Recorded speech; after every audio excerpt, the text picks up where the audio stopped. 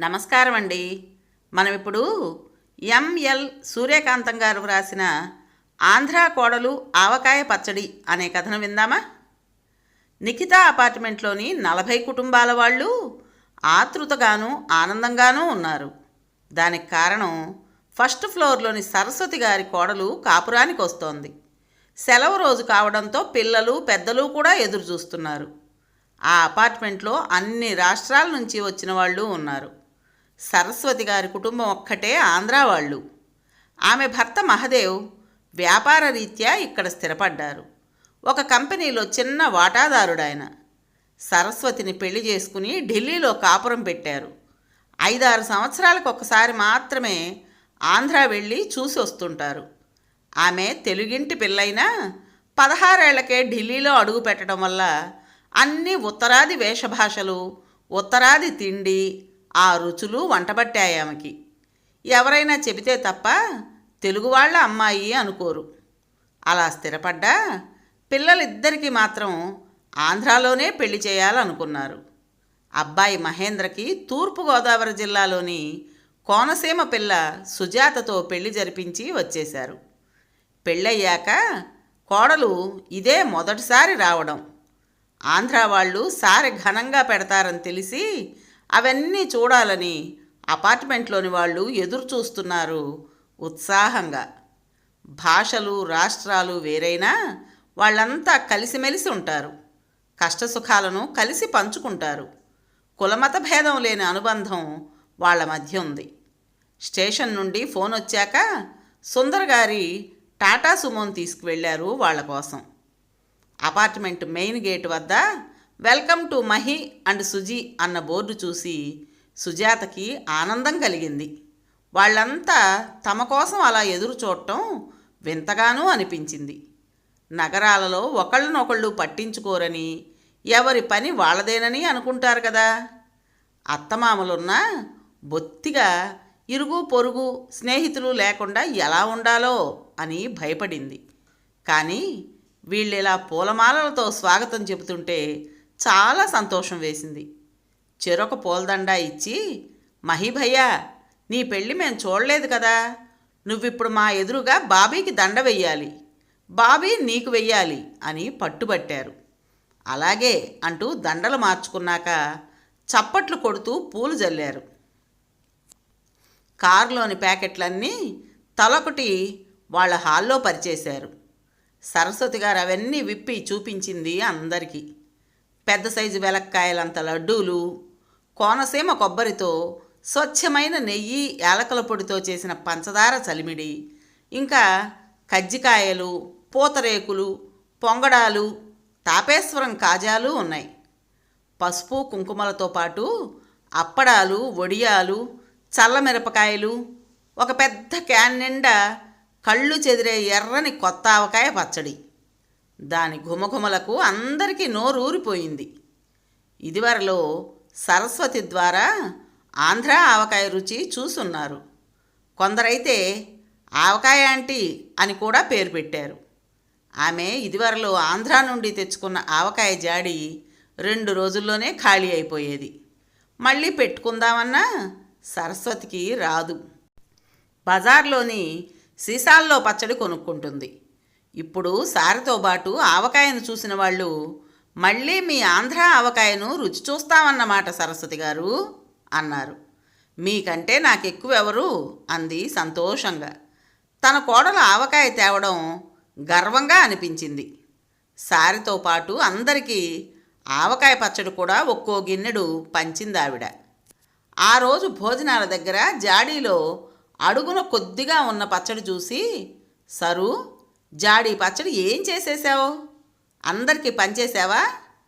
మనకి కొంచెమైనా దాచొద్దా అన్నాడు భర్త చిరుకోపంగా.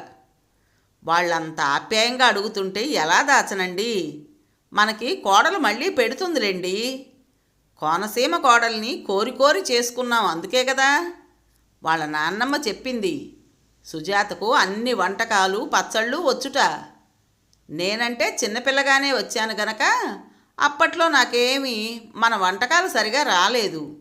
సుజాతకి వచ్చే ఉంటాయిలేండి అంది. ఇక్కడ పెట్టాలంటే చాలా శ్రమ ఖర్చు కదా సరు అన్నాడు.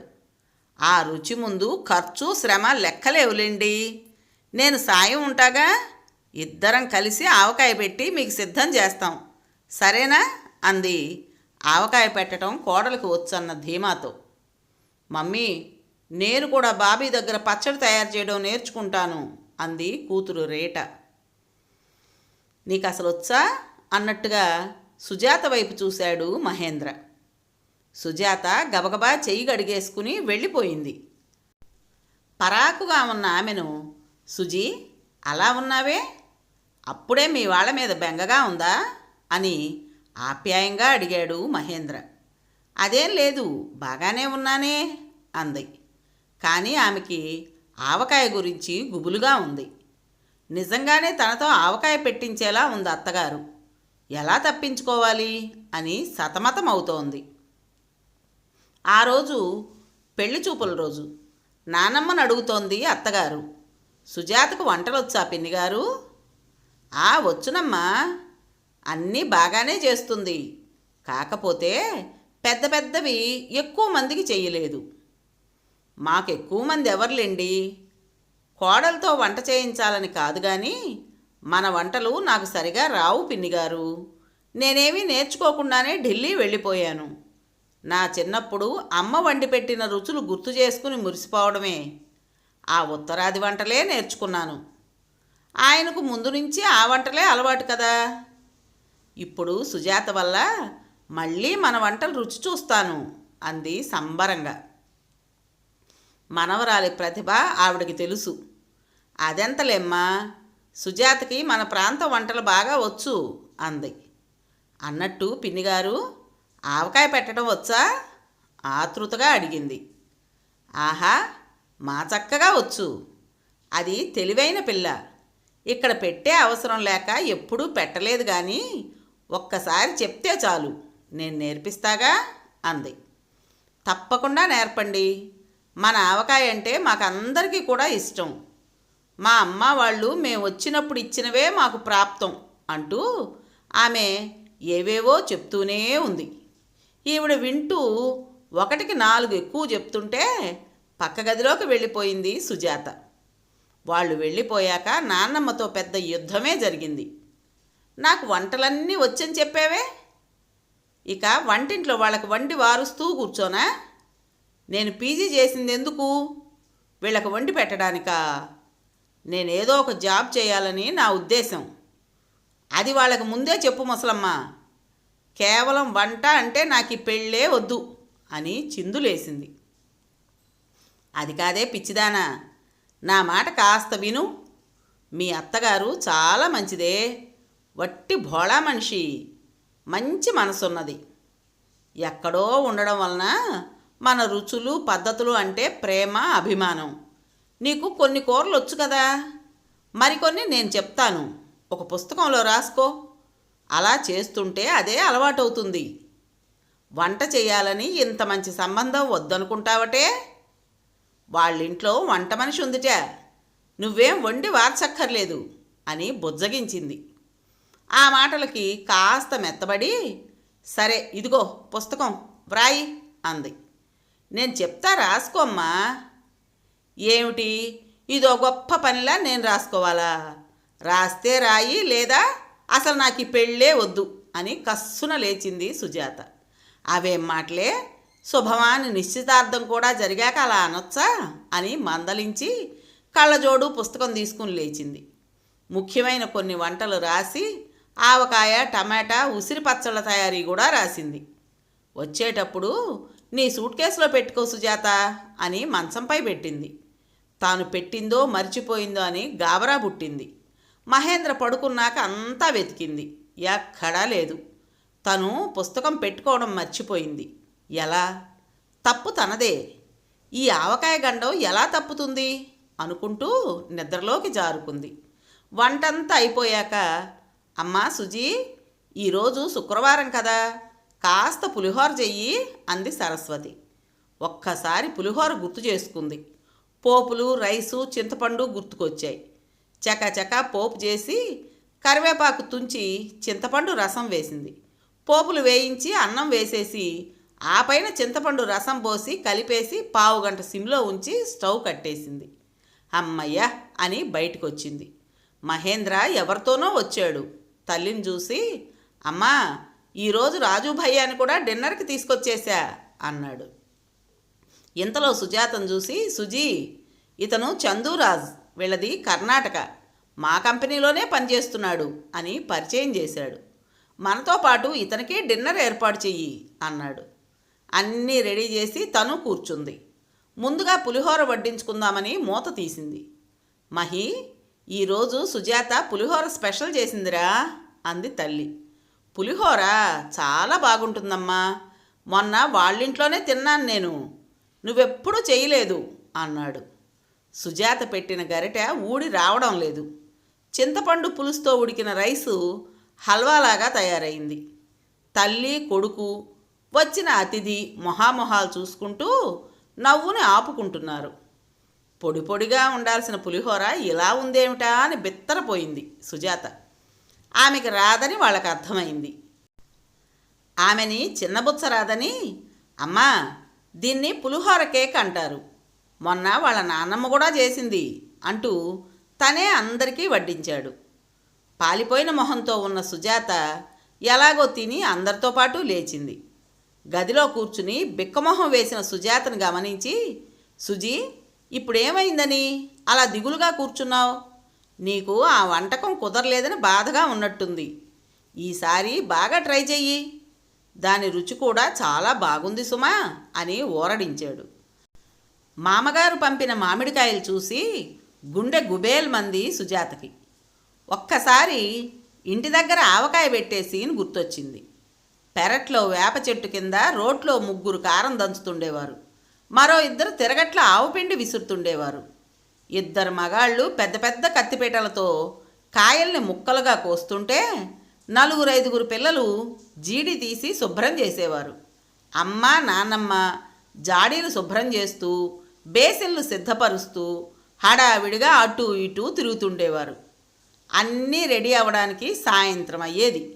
గుట్టలా ఉన్న మామిడి ముక్కల్ని కొలిచి అన్నీ సమపాళ్లల్లో కలిపి అమ్మ నాన్నమ్మ జాడీల్లో వేసేవారు. ఈ హడావిడికి బేజారెత్తి తను ఫ్రెండ్ ఇంటికి వెళ్ళిపోయేది. ఏమే సుజాత, నువ్వు పని చేయకుంటే మానే గాని కనీసం పచ్చడి ఎలా కలుపుతున్నామో చూడకూడదటే, రేపు పెళ్ళయ్యాక ఎలా తెలుస్తుందే అనేది నాన్నమ్మ మందలింపుగా. నువ్వున్నావుగా నానమ్మ, నాకు నువ్వే పెట్టి పంపుతావుగా అని తప్పించుకునేది. కనీసం చూసినా ఈరోజు ఇంత కంగారు పడాల్సిన పని లేకపోయేది. సరే చూద్దాంలే, అన్నీ కలిపేస్తే అదే తయారవుతుంది అని సర్ది చెప్పుకుంది. కాయలు తెచ్చిన మనిషి ముక్కలు కోసి వెళ్ళిపోయాడు. అమ్మా సుజా, ఏం కావాలో లిస్ట్ రాయి, కారం పొడి అవి రెడీమేడ్గా దొరుకుతాయి, తెప్పిస్తాను అంది అత్తగారు. సూపర్ బజార్ దగ్గరే కదా, నేను వెళ్ళి తెస్తాను అత్తయ్యా అని వెళ్ళింది. తన ఊహకు సరిపడా తెచ్చింది. అవన్నీ కలిపి అత్తా కోడలు జాడీలో వేశారు. మర్నాడే పచ్చడి తీయనా సుజా అంది అత్తగారు. 3 రోజులు ఉండాలత్తయ్యా అంది ధీమాగా. అది మాత్రం బాగా గుర్తు. 3వ రోజున ఎర్రెర్రని కొత్త ఆవకాయ తినడం మరపురాని అనుభూతి. మిగిలిన ఫ్లాట్స్లోని వాళ్ళు కొందరు ఆవకాయ కలపడం చూశారు. మొత్తం అందరికీ తెలిసిపోయింది. ఆంధ్రా కోడలు ఆమ్మాచారు పెట్టిందిట అని ఒక సాహసంలా చెప్పుకున్నారు. 3వ రోజు ఇంట్లో వాళ్ళు కొత్త ఆవకాయ రుచి చూడటానికి థ్రిల్ అయిపోయి సుజాత జాడీ తీస్తుంటే చుట్టూ చేరారు. ఇంద్రజాలికురాలిలాగా జాడీ మీద కట్టిన గుడ్డ తొలగించి మూత తీసింది. పైన తెల్లని ఫంగస్సు బూజు మొలకలు అప్పుడప్పుడే దర్శనమిస్తున్నాయి. తలెత్తి వాళ్ళ ముఖాల్లోకి చూడలేకపోయింది. కోనసీమ పిల్లవని కోరి కోరి చేసుకున్నాను. ఆవకాయ పెట్టడమూ రాదు, పులిహోర చేయడమూ రాదు. అప్పట్లో నేను నేర్చుకునే వయసు లేక సమయము లేక నేర్చుకోలేకపోయాను. ఎన్ని దేశాలు తిరిగినా మన ఆంధ్ర వంటకాలు పచ్చళ్ళు ఎక్కడైనా స్పెషలే. ఆంధ్ర అమ్మాయిలు మహేంద్రకి ఇక్కడ ఉన్నారు చెయ్యాలంటే, కానీ అక్కడ పుట్టి పెరిగిన పిల్లయితే చదువుకు చదువు, సంస్కారం, సాంప్రదాయం ఇలాంటి స్పెషల్ ఐటమ్స్ వచ్చుంటాయని భ్రమపడ్డాను. సర్లే, అత్తకు తగ్గ కోడలువని అనుకుంటాలే, ఏం బాధపడకులేమ్మా. కాకపోతే మీ నాయనమ్మ అన్నీ వచ్చని కోతలు కోసిందని నేను ఈ పచ్చడి పెట్టమన్నాను. లేకుంటే నిన్ను బాధ పెడదామని కాదు సుజీ అని అక్కడి నుంచి తప్పుకుంది అత్తగారు. ఇడ్లీ ప్లేట్తో నుంచున్న మామగారు కారప్పొడి కోసం వెళ్ళిపోయారు. భర్త రీట నవ్వుని నొక్కి పట్టి ఓదార్పుగా చూస్తున్నారు. సుజాతకి చాలా సిగ్గుగా అనిపించింది. వాళ్ళు తిట్టినా బాగుండుననిపించింది. తిట్టలేదు. టేబుల్ క్రిందనున్న సాల్ట్ ప్యాకెట్స్ మాత్రం ఆమెను వెక్కిరిస్తూ పకపకా నవ్వుతున్నాయి. అప్పుడు గుర్తొచ్చింది ఆమెకి, అన్నీ కలిపి సాల్ట్ మర్చిపోయాను అని. ఆషాఢమాసంలో ఇంటికొచ్చిన సుజాత వంటింట్లోకి వస్తుంటే, నీకెందుకే తల్లి ఈ పని, నువ్వలా కూర్చుని మీ విశేషాలు చెప్పు అంది తల్లి ఆప్యాయంగా. అమ్మా, ఈ నెల రోజులు నేనే వంట చేస్తా, నువ్వు కూర్చొని నాకు చెప్తుండు అంది. ఆమెకిప్పుడు అన్ని రకాల కూరలు నేర్చుకోవాలన్న తహతహ ఉంది. అటుగా వచ్చిన నాయనమ్మ ఆ మాటలు విని ముసిముసిగా నవ్వుకుంది. ఇప్పటికైనా తెలిసిందా మనవరాలా? ఎన్ని చదువులు చదివినా, ఎన్ని పదవులు చేపట్టినా ఆత్మీయులకి రుచికరంగా వండి పెట్టడంలోనే ఆనందం, తృప్తి ఉంటాయిరా పిచ్చి తల్లి అంది ప్రేమగా. అవును నానమ్మ, అప్పుడు నీ మాట విననందుకు బుద్ధొచ్చింది, కానీ ముందు నాకు ఆవకాయ పెట్టడం నేర్పు అంది గారంగా. అలాగేలే, మన తోటలో పునాస మామిడికాయలున్నాయి, తెప్పిస్తాను, నువ్వే పెడుదువు గాని అంది. శ్రావణ మాసం రాగానే సంపూర్ణ ఆత్మవిశ్వాసంతో అచ్చమైన స్వచ్ఛమైన ఆంధ్రా కోడలిగా ఆనందంగా రైలెక్కింది సుజాత. కథ పేరు ఆంధ్రా కోడలు ఆవకాయ పచ్చడి.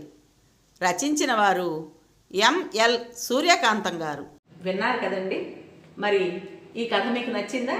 నచ్చినట్టయితే లైక్ చేసి మరో నలుగురికి షేర్ చేయండి. అలాగే ఈ కథ పైన మీ విలువైన అభిప్రాయాన్ని కామెంట్ బాక్స్లో తప్పకుండా తెలియజేస్తారు కదా. మరి ఇంత మంచి కథను మనకు అందించిన రచయిత్రి గారికి మనస్ఫూర్తిగా మనందరి తరపున ధన్యవాదాలు తెలియజేసుకుంటూ, ఇటువంటి మంచి మంచి కథల కోసం మన ఛానల్ని తప్పకుండా సబ్స్క్రైబ్ చేసుకోండి. రేపు మరో మంచి కథతో మీ ముందుకు వస్తాను. అప్పటి వరకు ఉంటానండి.